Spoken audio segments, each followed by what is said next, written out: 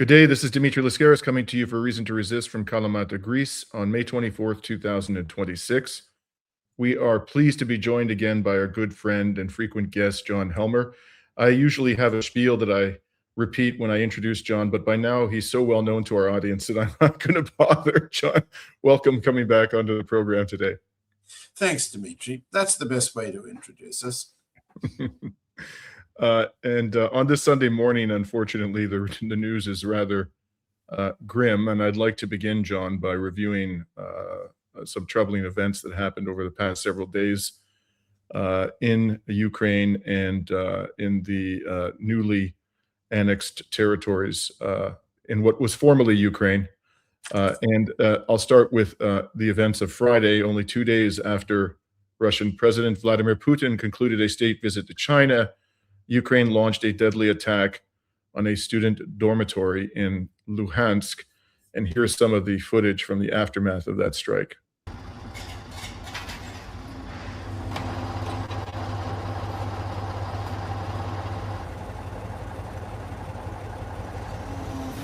Unfortunately, the death toll is now over 20.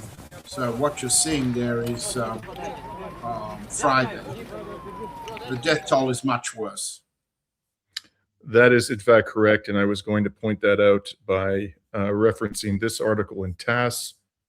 As you point out, John, after the search operations were concluded, the Russian government announced that it was 21 people had been killed in the strike and that 42 persons had been wounded. A number of those persons remain hospitalized. Now, hours after the strike, the Russian president ordered the Russian military to present options for responding to this, I think what can fairly be described as a terrorist attack. He stressed that the attack was deliberate. He noted Ukrainian forces launched 3 waves of strikes on the same location, yes, which rejects any, claim, renders implausible any claim that this was an accident. And he also emphasized that there are no military facilities, intelligence agencies, or related services near the dormitory.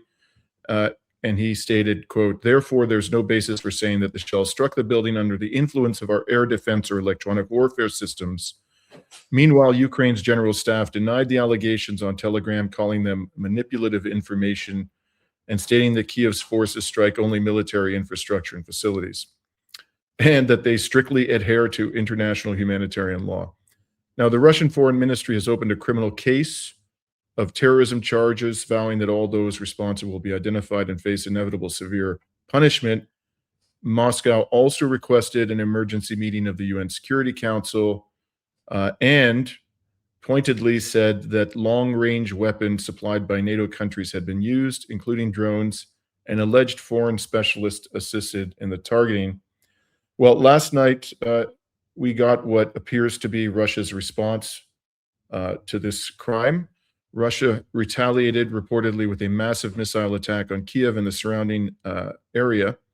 Footage posted online appears to show that Russia employed the Oreshnik missile in this response, although the strike apparently did not happen in Kyiv itself, the Oreshnik strike, but rather it hit a town or near a town called Bila Tserkva, which I understand is about 80 kilometers south of Kyiv. And I just want to show our audience some footage from that strike. Блять, на нас! Блять! Та не кричи. Та тихо. Це пулі або хрен. As you can hear, the Ukrainians are swearing inside the shop. Ёб твою мать! They're swearing in a particularly vulgar way. Орешник. I won't repeat or translate the way in which they're swearing.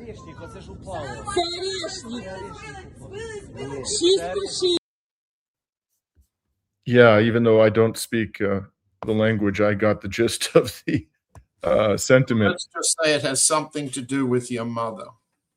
Okay. Well, we'll leave it at that. Now, reportedly, the counterstrikes, which included apparently a strike on Independence Square known as the Maiden, and this is coming from the Kyiv mayor Vitaly Klitschko, resulted in 2 people being killed and 56 others injured. So somehow, even though there was far more firepower employed in this response, the death toll was only about 10% of the death toll resulting from the strike on the dormitory. So first off, John, what is your overall reaction to these developments? That's a complex question. I need to take some of the pieces apart. Let's start with what we don't yet know. We do not yet know, beyond the understanding that there were multiple weapons used, including Kinjal, Zircon, and other missiles, possibly including Oreshnik. We don't yet know exactly what the targets were.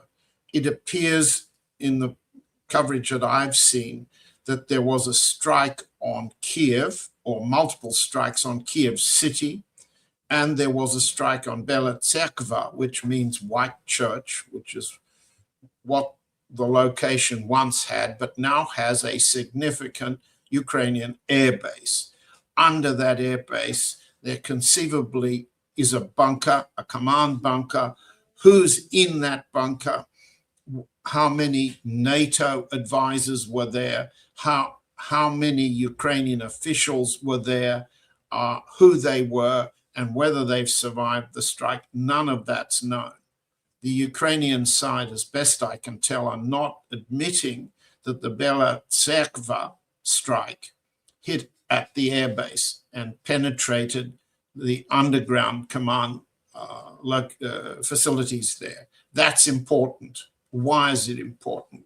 Let me explain. First, let me just go to the technical stuff, and we can leave all those ex-military types to explain to our podcast audience what they saw. What I saw was not an Oreshnik. I saw multiple warheads falling from a relatively high, greater altitude than the Oreshnik explosions we've seen in the past. I don't know if it wasn't Oreshnik what multiple warhead missiles were used, except they appear to have been ballistic missiles, not cruise missiles. So the issue of was Oreshnik used goes to the question of what's retaliation for the strike against the Starobelsk Children's Dormitory in Luhansk. Let's go to the question of why the Ukrainians did that.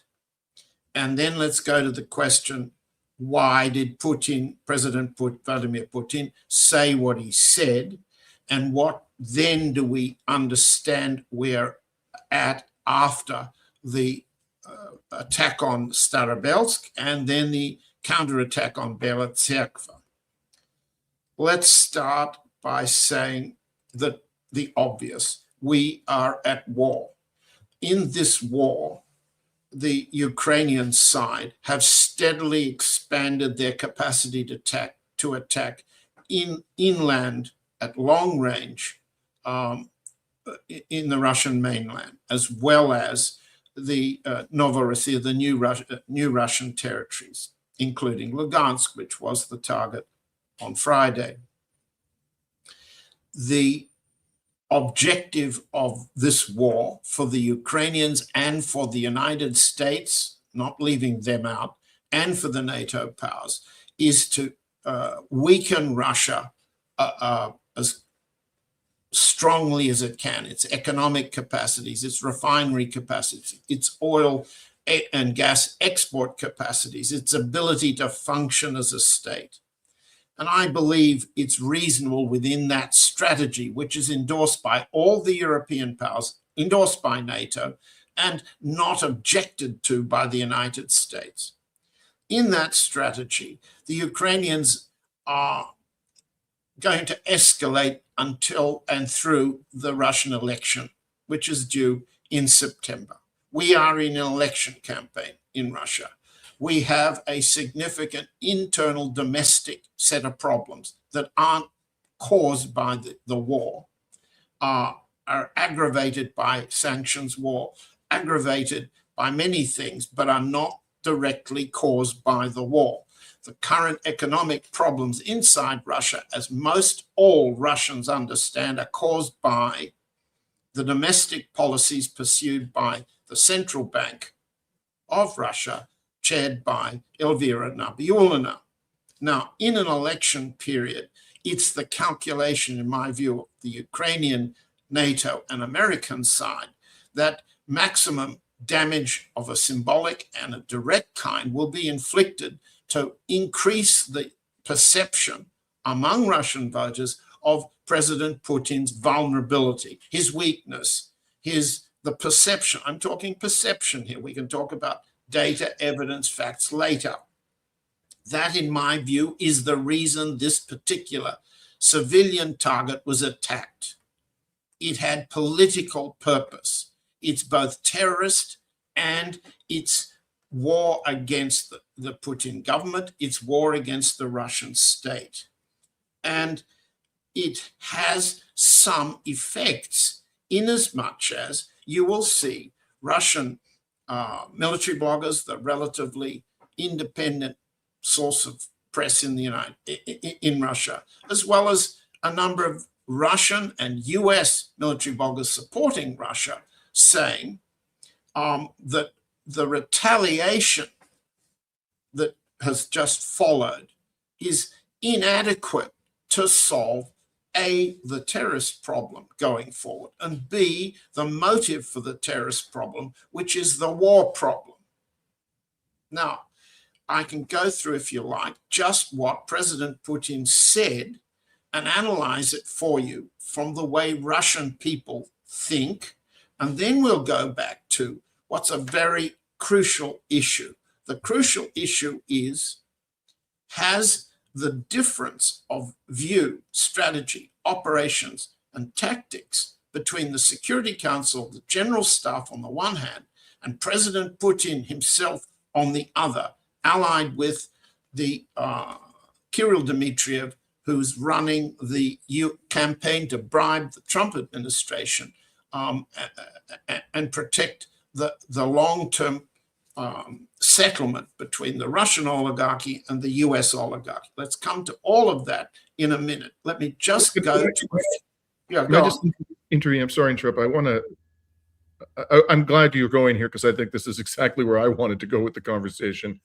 And at this point, I just want to intervene and add these thoughts, which you may have intended to address, but I want to make sure that they're part of the discussion. It is becoming increasingly clear that, as you just pointed out, it's very important that Ukraine's ability, it's not really Ukraine, we're talking here about NATO, Yes. its ability to strike into what military personnel might refer to as the strategic rear of Russia is improving, it's increasing. So they now can attack military bases, military industrial facilities, energy producing facilities that are far from the front line. And I believe that they've even gone as far as the Urals, which is 2,000 kilometers away from the Ukrainian border approximately.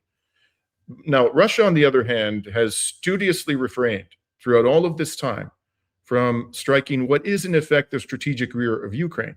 The strategic rear of Ukraine is Europe and arguably also the United States. This is where the military equipment is coming from. There are command and control centers in Europe.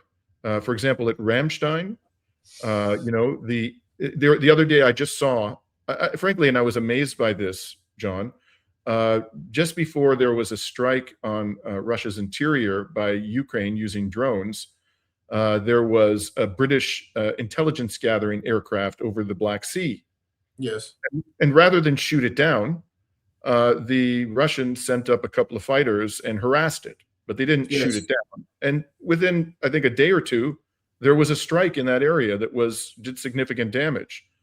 So it seems to me, and I would imagine that a lot of people are saying this, Russia is basically fighting, it's imposed a disadvantage upon itself because its strategic rear is now vulnerable, but it has immunized what is effectively the strategic rear of Ukraine from any form of attack.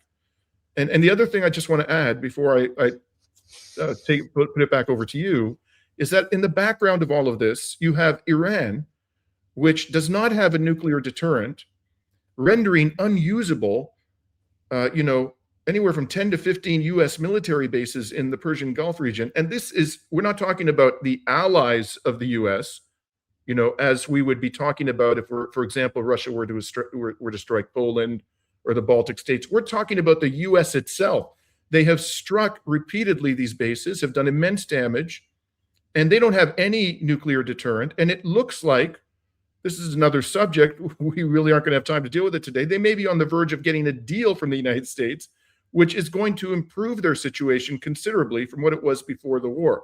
So if I'm a Russian, I'm looking at all of this and going, what is my government doing? Why are you allowing these people in Europe to get away with these attacks through their Ukrainian proxy when even a country like Iran that has no nuclear deterrent is able to strike US bases directly and effectively? So with all of that, John, I really invite you to, I'm fascinated to know what your thoughts are about all of that. Well, I think you very clearly, Dimitri, expressed the common sense, rational, reasonable consensus of almost all Russian people. It's impossible not to come to a variety of those conclusions. Let's just say that your question's directed at President Putin, and now I'm going to read you what his answers are. And then we can go back to what are his answers to your reasonable questions, because every Russian in the country is asking them. Okay, so here's from the official English translation of what President Putin said following the attack on Starobelsk, the children's dormitory. And I'll just pick some examples, but my method here is to say, you raised a good question. Everyone in Russia is asking it. We're in election time, and the president's approval rating, the president's ability to command a majority in parliament is on the line now at the same time as we're in recession. Okay, bad combination. Here's his answers. I wish to underscore, I'm quoting, that there are no military installations, special service facilities, or related agencies in the vicinity of the dormitory. There are no grounds for claiming the projectile struck the building as a result of our air defense or electronic warfare systems. Now, question, to whom is this point addressed when all of Russia knows we're at war? And frankly, this is not a statement by the president to Russians. If it's a statement to the other side, most Russian would say, why bother? They don't care. They are at war with us. For them, says the consensus of Russian opinion, between war and terrorism, there's no difference. Their objective is to destroy us. That's a Russian answer to President Putin's first statement. Why bother saying this? Second statement. Naturally, we will investigate the details and they will be thoroughly examined. Appropriate conclusions will be drawn. However, it's clear to us whom we are dealing with, whom we are fighting against, what we are fighting for. This constitutes a manifestation of neo-Nazism. It once again confirms the terrorist nature of the Kyiv regime. Come on, says most Russian views. And you've just expressed it, Dimitri.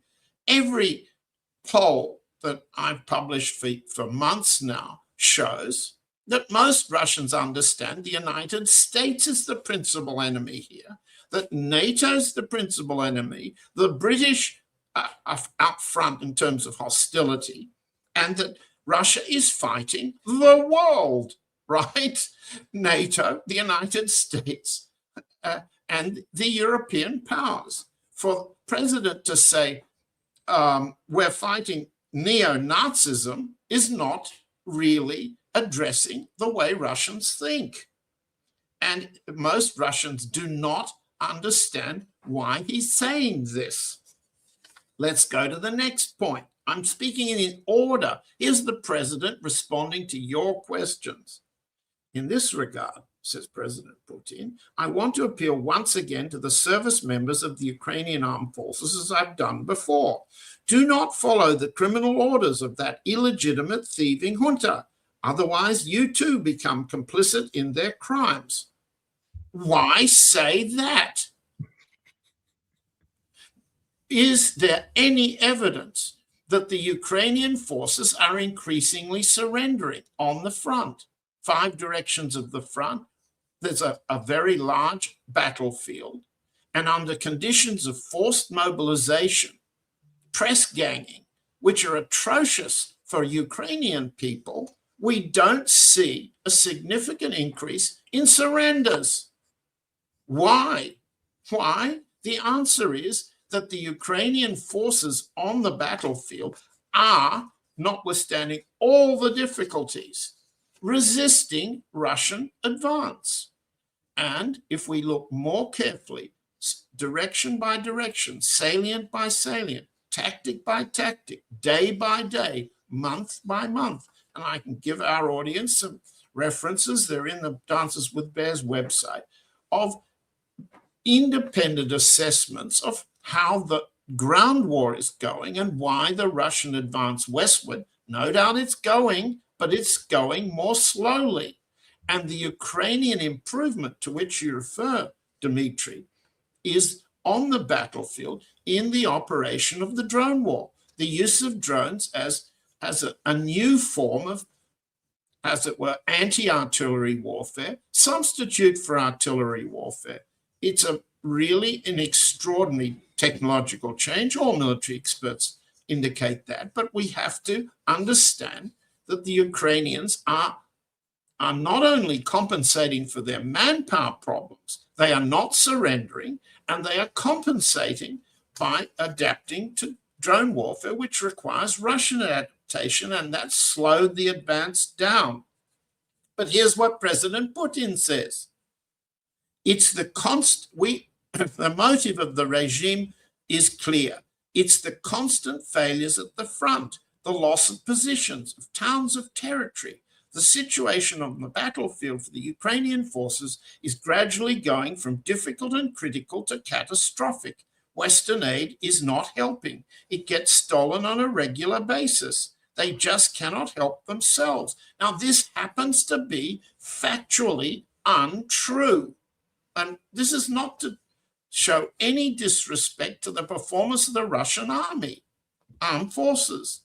The fact, however, is that notwithstanding all of the tactical defeats, the positional changes, the attack, the counterattack, it's simply not, from a Ukrainian point of view, from a NATO point of view, from a US point of view, going from difficult and critical to catastrophic. And it's not true that Western aid is not helping.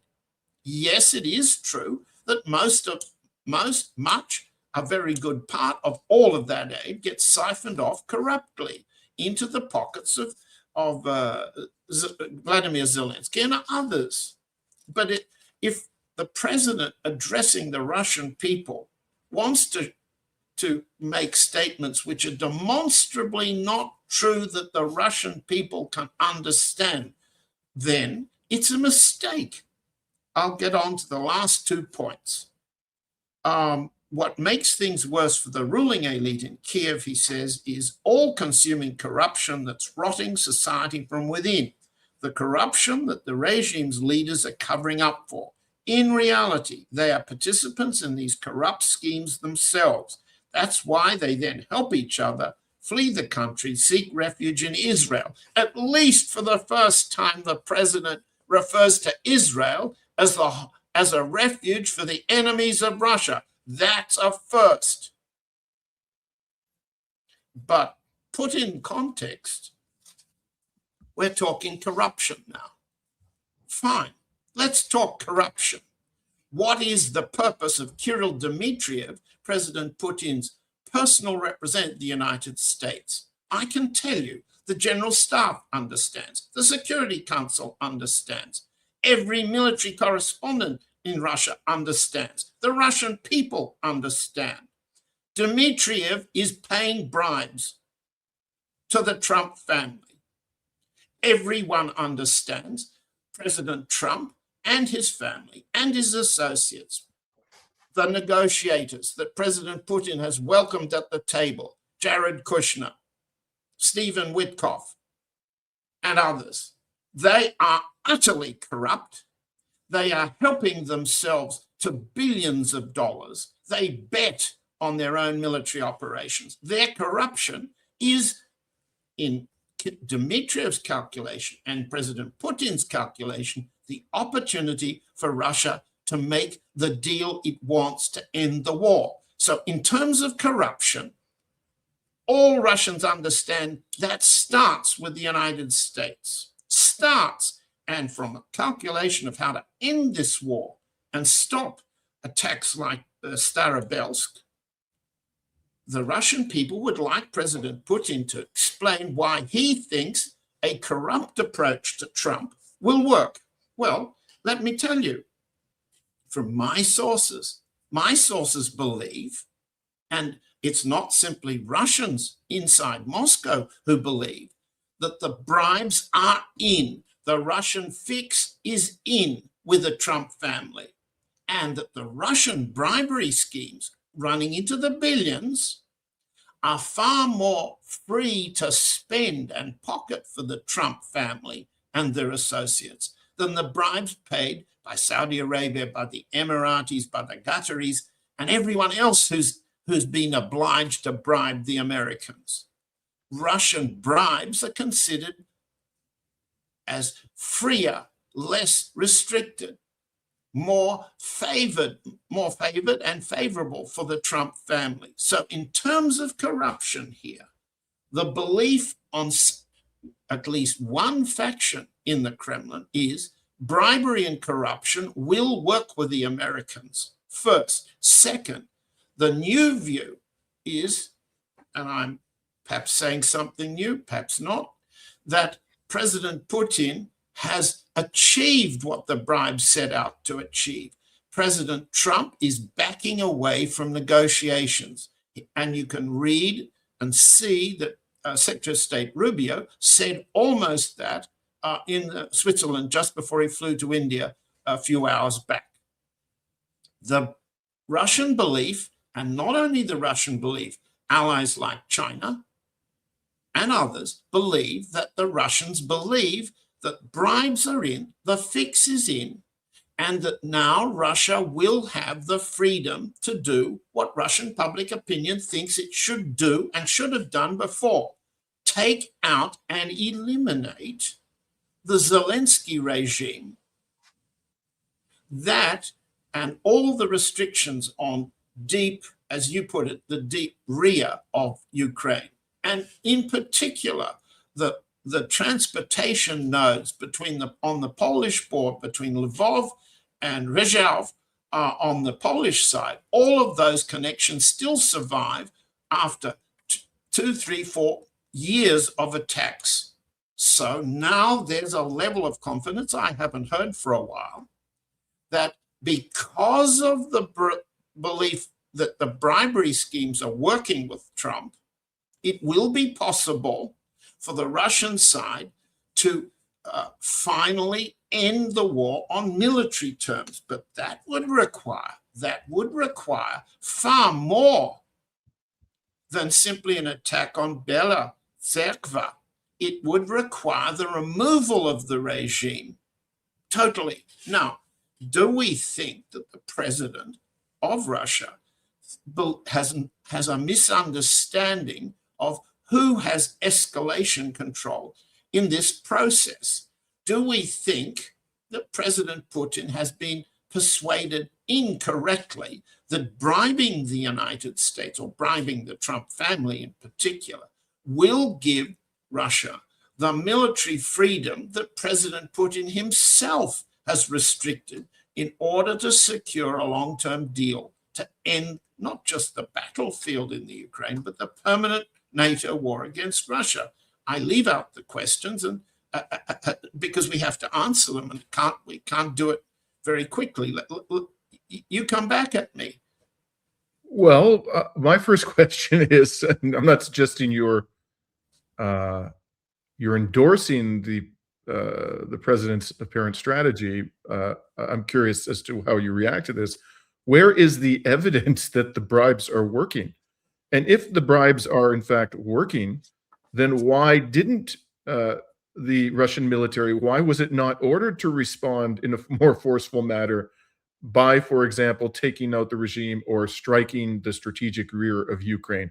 Why did it confine its attacks? It didn't apparently take out any people in a leadership position of Ukraine, not as far as we know thus far. And it didn't strike any target outside of Ukraine.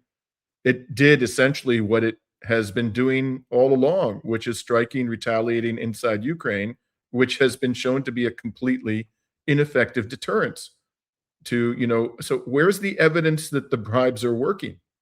A very good point. A very good point.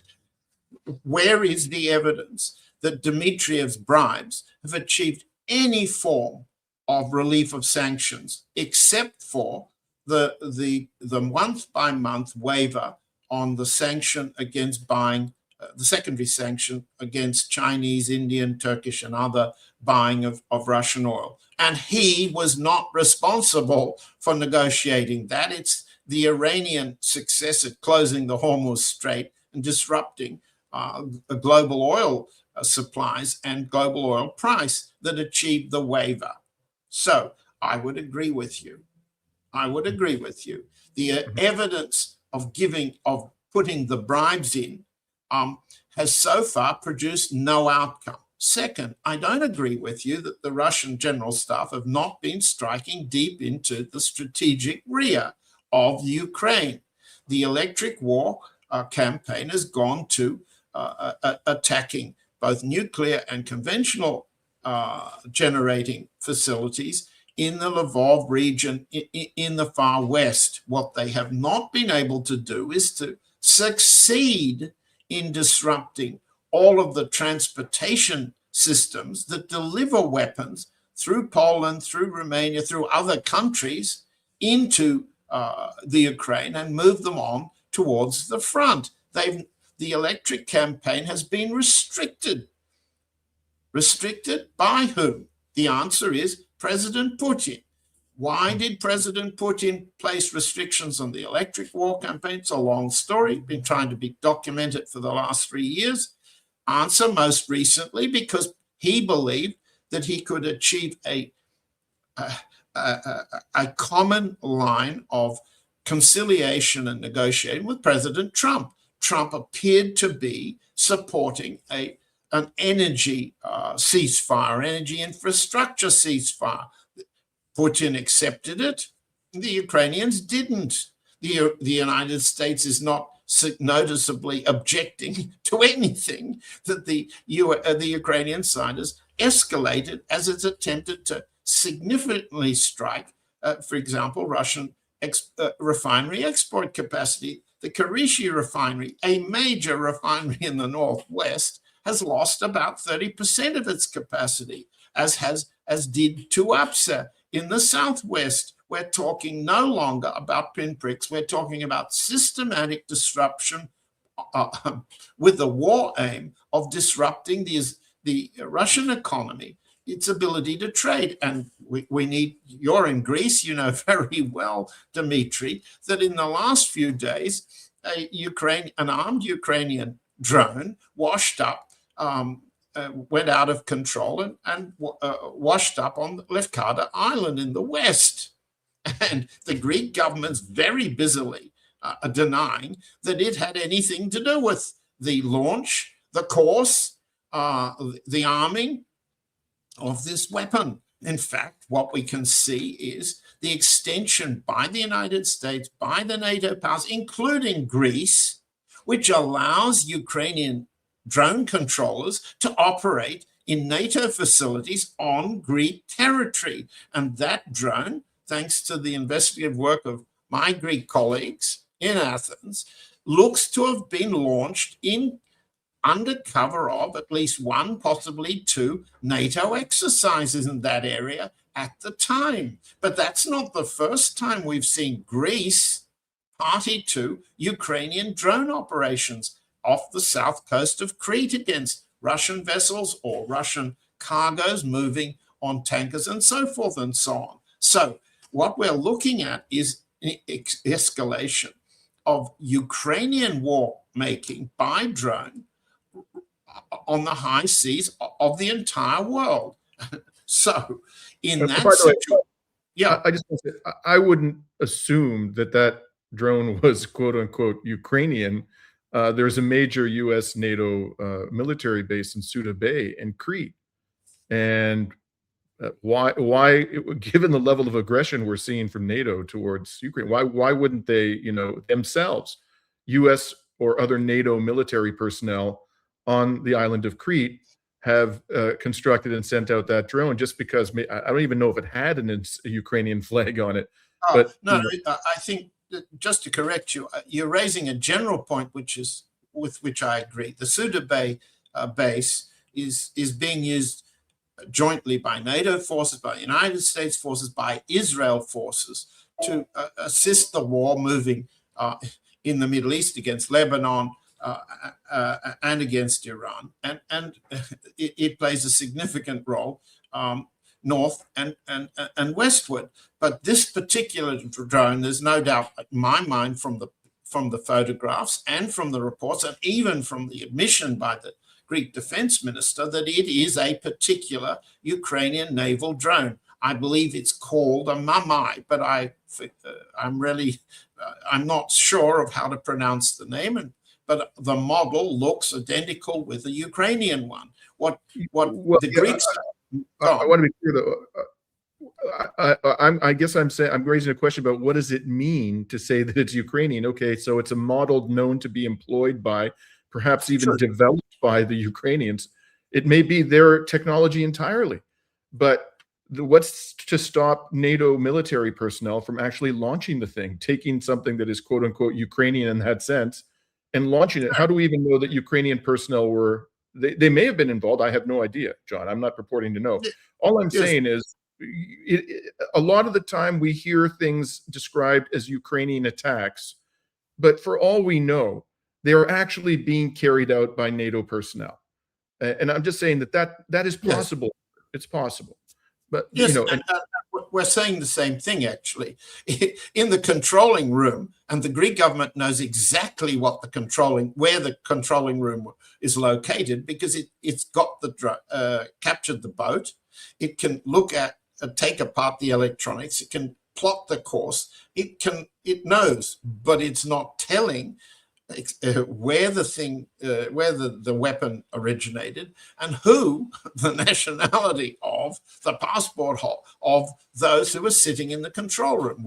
I agree with you, but we're making the same general point. We have NATO war against Russia, allegedly against in an area of the Ionian Sea where the US has pinpointed so-called sanctions-busting transfers of oil cargoes between vessels to break and bust the US secondary sanctions regime. So we know why that area is a target. We know that NATO practices all sorts of attempts to attack Russia in and around that area, and they've been practicing in the last 2 weeks. Yes, we're agreed here, but we were raising a really important question of Russian confidence, putting questions to the president and his answers that don't seem to answer what we know to be the common sense view in the street,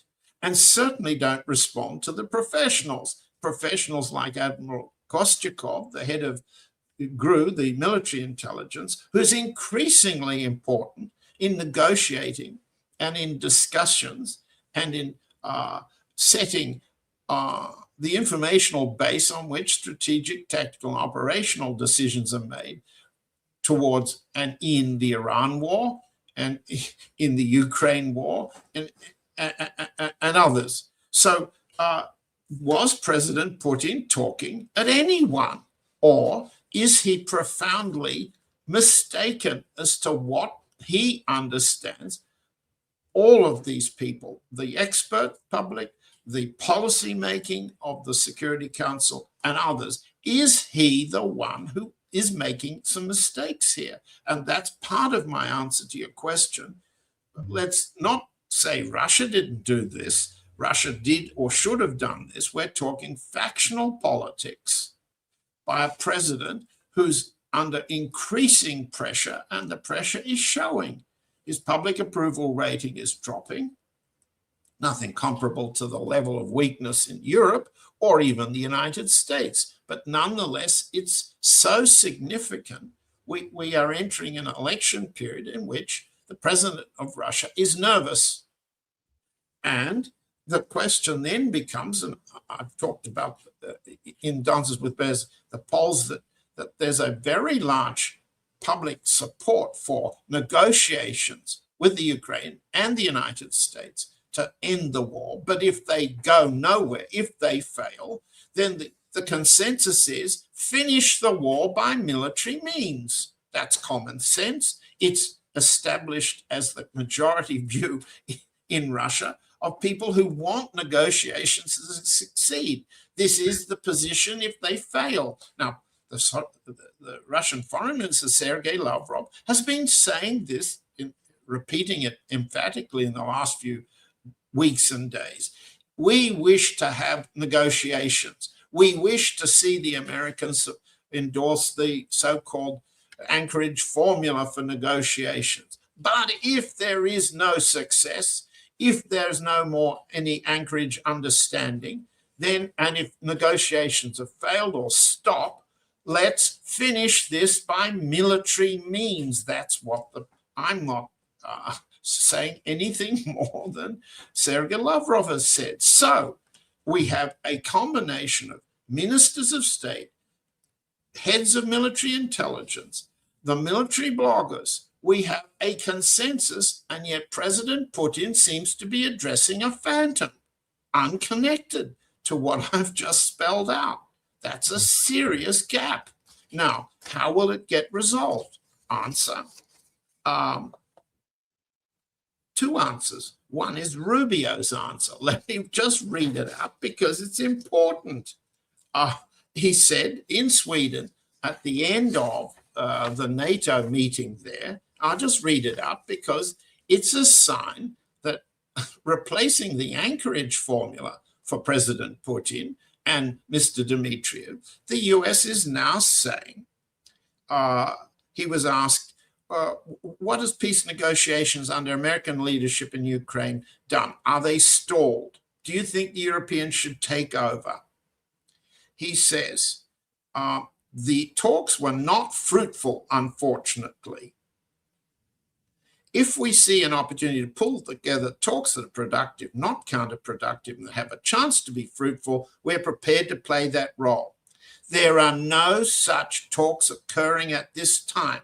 We hope it will change because war can only end with a negotiated settlement. I'm still reading. It will not end with a military victory by one side or the other, at least from a traditional standpoint of how military victories are defined. Now, that's a pretty clear statement by the US, in part confirming the bribes are in. What does that mean? The fix is in with the family. They will say, hands off. We are not going to push on Zelensky. We're not going to push on the Ukrainian government or the Russian government to come to terms. We let you fight it out. Trump said that many times over. Rubio's repeating it. But, and it's a very big but, Rubio is saying that it won't end with a military victory by one side or the other. Who's the side he's talking about? That's the Ukraine side, backed by the United States and NATO, who will not allow a Russian victory, military victory as traditionally defined. Well, the GRU, the General Staff, the Security Council think differently.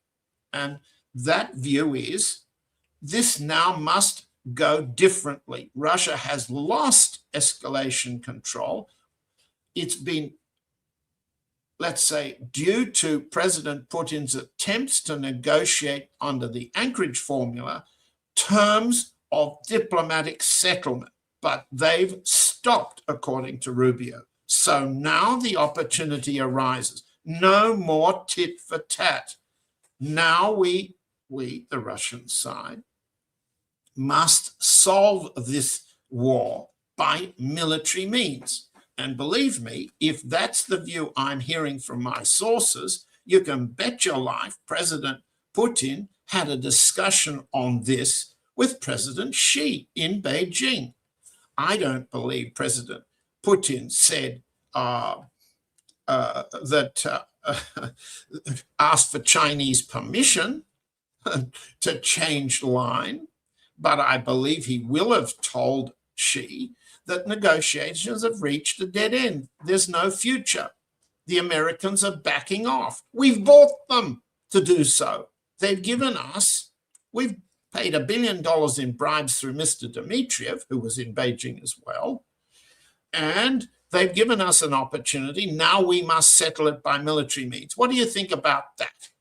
I don't know what President Xi had to say, but when the Financial Times, the Japanese propaganda mouthpiece in London, reported that Xi told Trump he's beginning to think that Putin will regret the special military operation, the Chinese side issued an express and explicit statement that's absolutely false. And I believe it is false. And just how false it would have been in the conversation between Putin and Xi.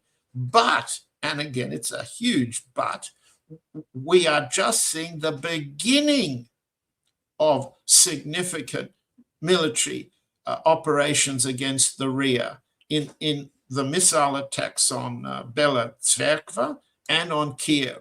Yes, for the time being, the General Staff has to report that as tit for tat, retaliation for terrorism.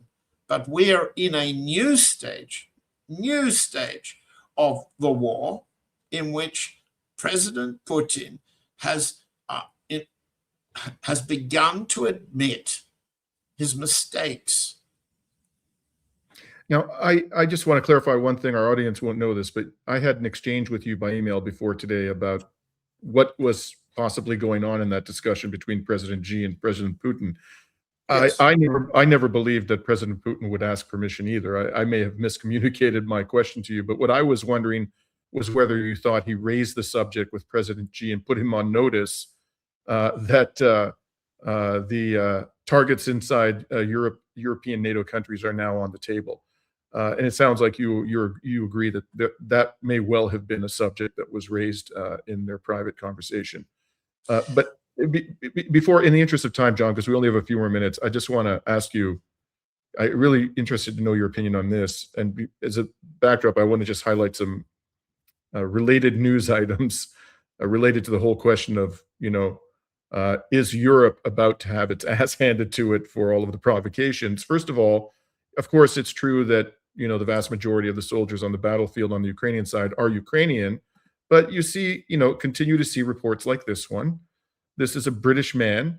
This is a report from yesterday from the BBC. He was fighting for the Ukrainians, and he was killed in the Donetsk region on 9 May after joining a specialist unit supporting the Ukrainian army. So, and I've seen plenty of reports and Telegram channels in the last few days about others from outside of Ukraine fighting on the side of the Ukrainian forces. Then we have I believe this was the day that the attack on the student dormitory occurred, the Czech president, Peter Pavel, said that NATO needs to show its teeth over Russia's provocations. And then we have this article. I could find plenty of stuff like this. I'm just showing you a small smattering. This is an article in the flagship newspaper of Canada's largest newspaper publisher, published a couple of days ago. John Ivison is a notorious Canadian neocon, saying that Canadian troops are stealing to fight Russia. So they're now conditioning the public in Canada for Canadian troops going into direct warfare with the Russian Federation's military.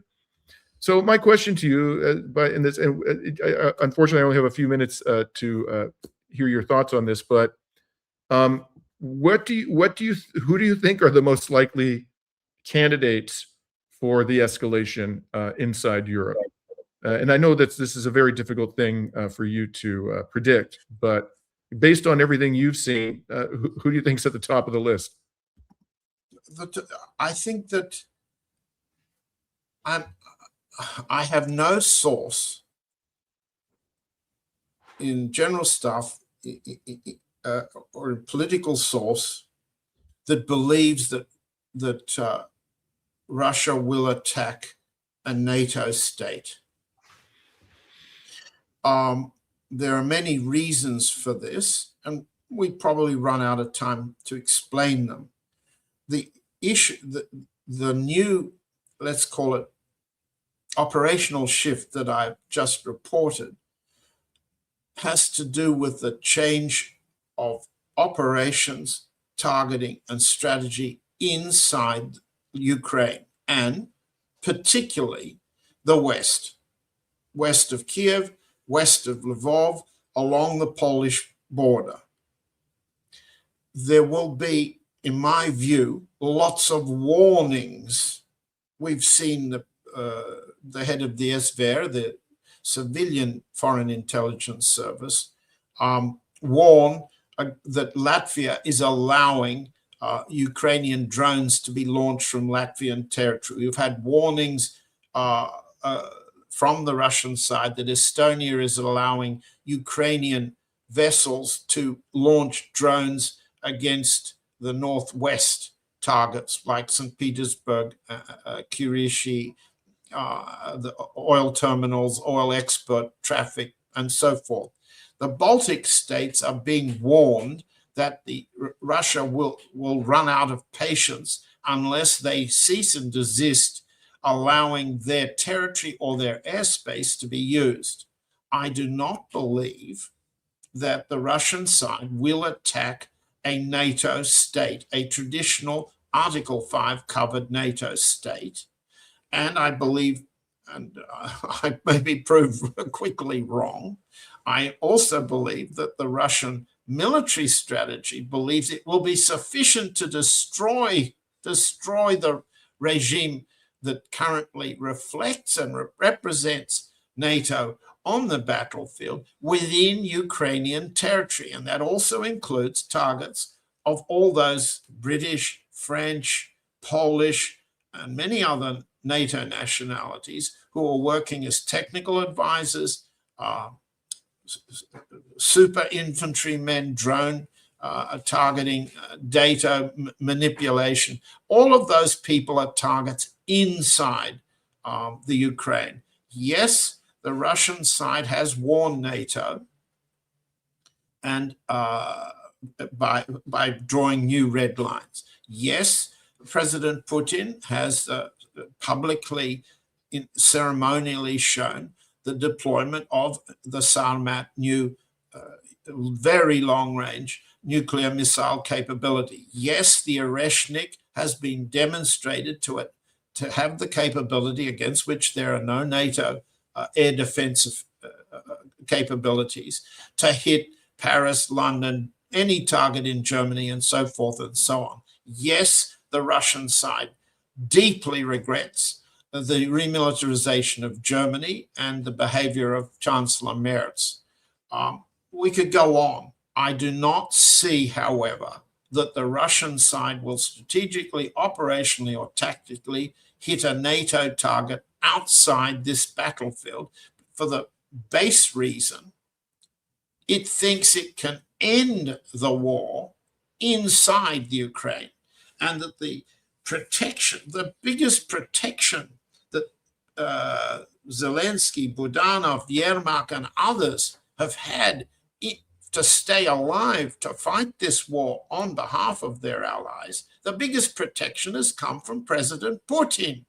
Not the air defenses, not the NATO defenses, not the NATO money. Nothing protects him now from from the attack that was demonstrated at Bela Tserkva, White Church. What a name for an airbase. White Church.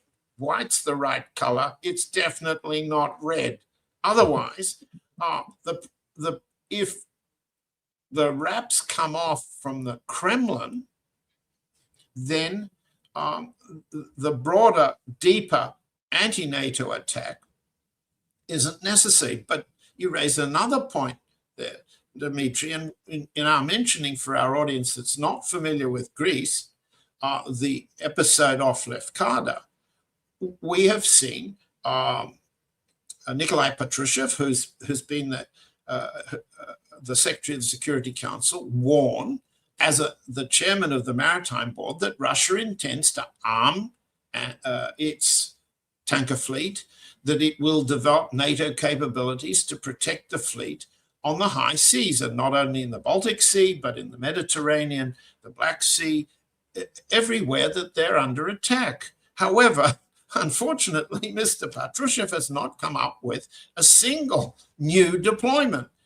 This is a proposal for the long term, and that's because Russia doesn't expect the long-term permanent war from NATO to end. So the emphasis on the Lefkada incident is again a warning to Greece, because Greek people, the population you're right outside your door, Dimitri, are the most hostile to the Greek government for their line in going to war against Russia. No population, domestic population in Europe is more hostile.